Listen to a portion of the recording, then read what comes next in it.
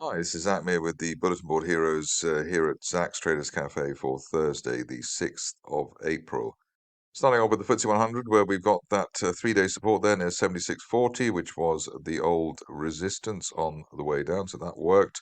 We're approaching once again the old January support area towards 77.20 and the 50-day moving average at 77.60 or so.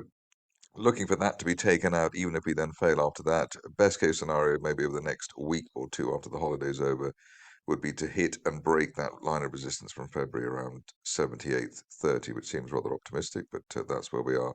Below 76.40 risks a move down towards 75.50, which was the breakout of that March resistance line the other week.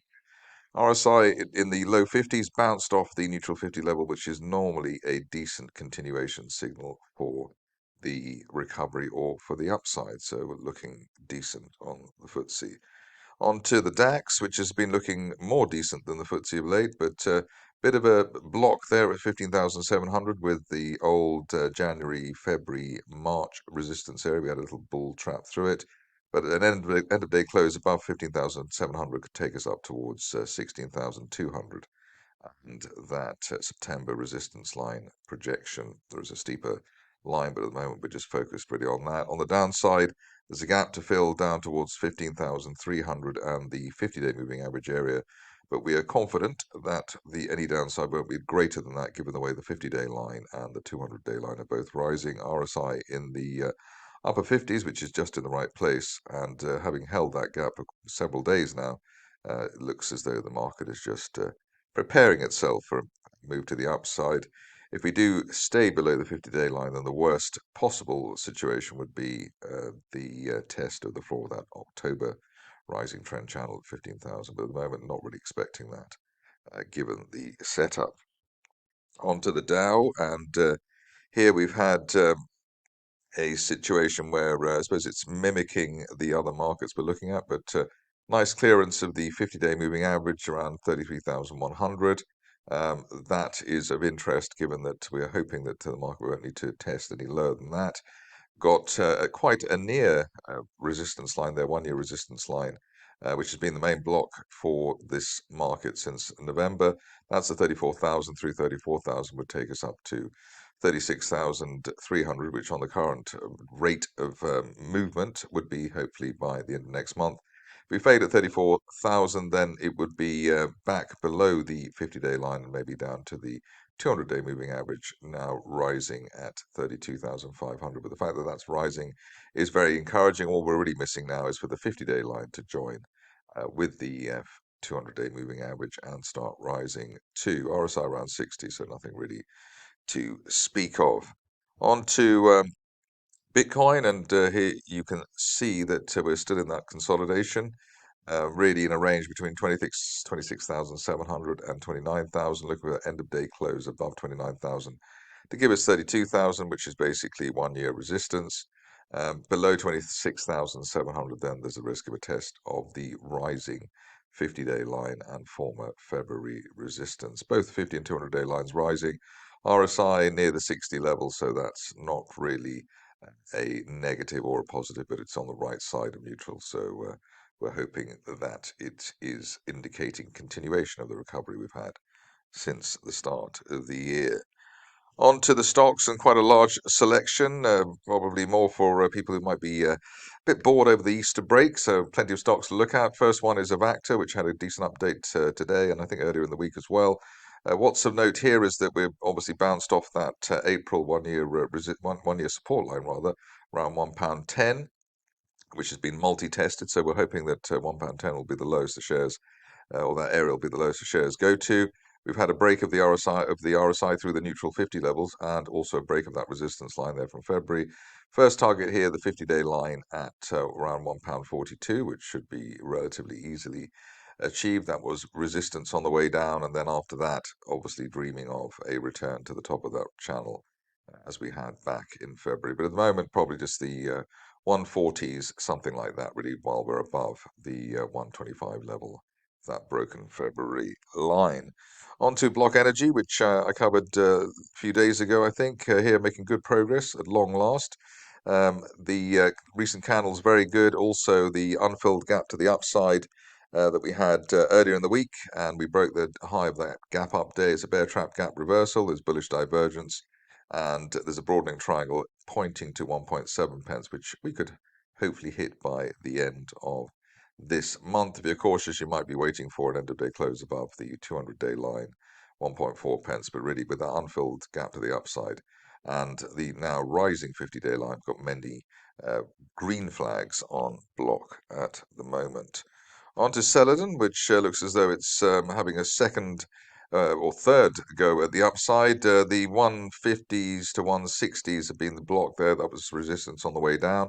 We obviously did go a bit higher than that on the spike the other week. But the current view is at above £1.40. We are looking really for a move up to as high as £2.40 by the end of next month.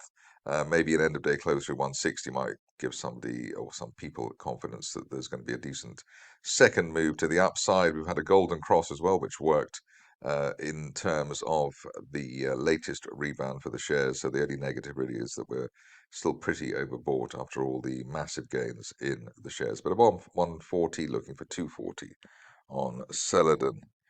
On to a stock which I know has many fans and has been requested today, First Class Metals. Here we've got a resistance line there from December. We've also got the 50-day moving average. So really looking for an end of day close, ideally through that combination of say like 12 and a quarter plus.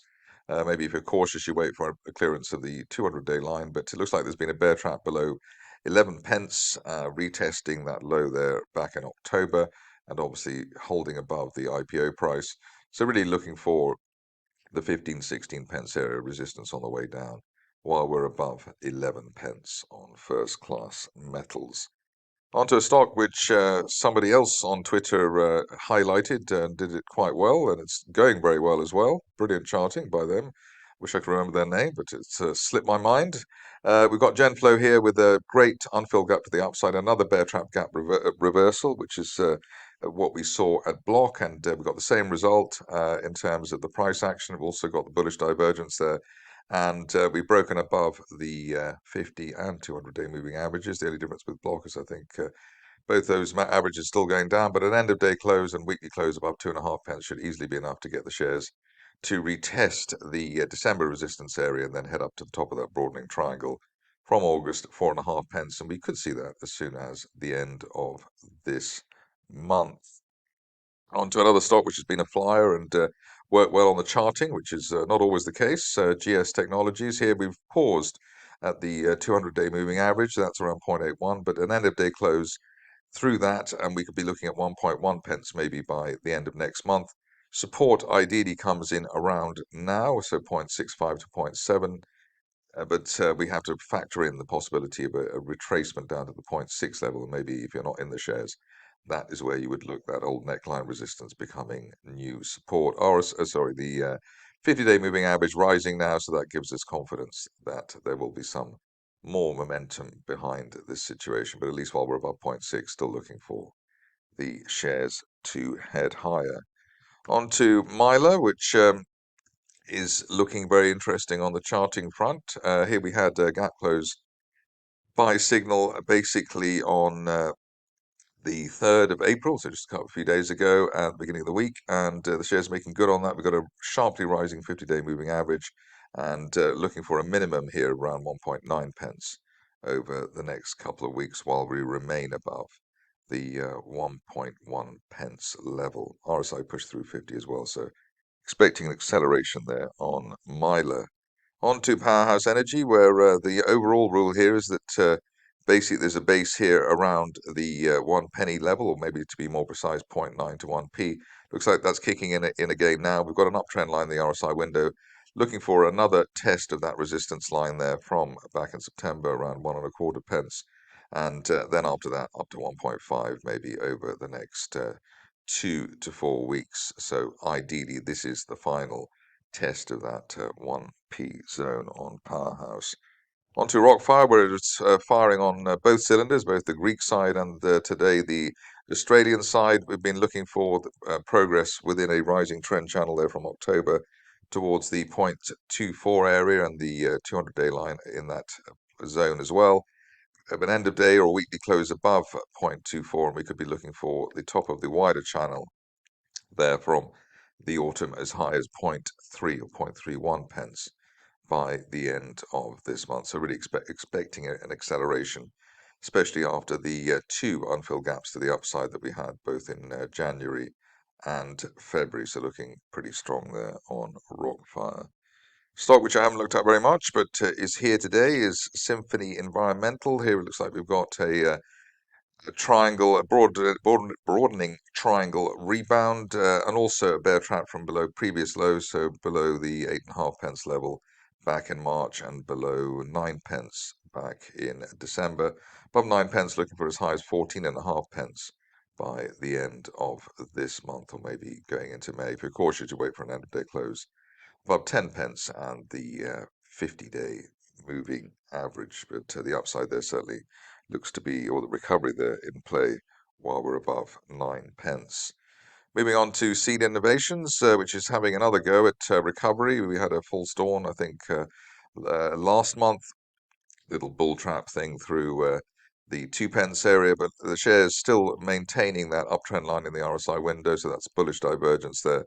And we would expect a flip towards the 2.5 pence area over the next 4 to 6 weeks. But a bit of a fiddly one, that one. And it's rather frustrating that it's been so fiddly.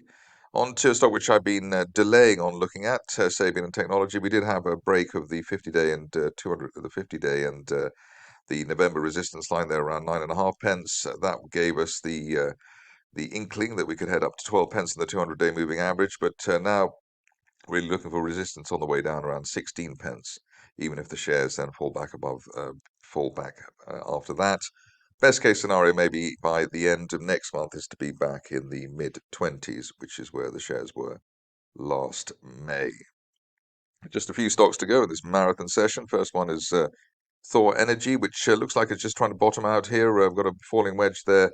We've gone to new lows, a bit of a bullish divergence there in the RSI window. Probably, if you want to be safe, you'd wait for a break of the top of the triangle there and the 50-day line at 0.31, but obviously that's giving away some of the upside.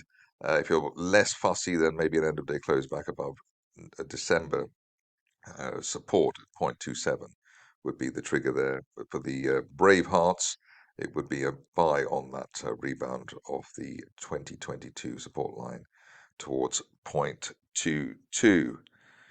Tertiary Minerals, another requested stock, and here you can see that had this nice pattern here, consolidation at and around the 50-day moving average around 0.13, consolidation above the 200-day line as well, around 0.15, and above that, really, we're looking for the resistance on the way down of around 0.21, 0.22 by the end of next month. Surprising that the shares have sort of slowed down when probably they would have been expected to flip back to the top of the range rather more quickly. But we've got the 50 and 200-day lines both rising now, so that should speed up the price action on recovery there. Finishing off with Expediator, and here we've had unfilled gaps to the upside. Initial target here, the top of the triangle from this time last year, as high as 50 pence, and then we were looking at 65 and up to 80 pence on a 2 to 3 month time frame.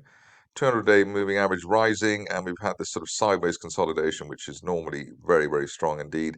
Inverted head and shoulders with rather long shoulders since this time last year as well. So looking for 50p hopefully is a done deal, and then maybe up to 65 by the end of next month. That's it for me today. More updates over the Easter weekend.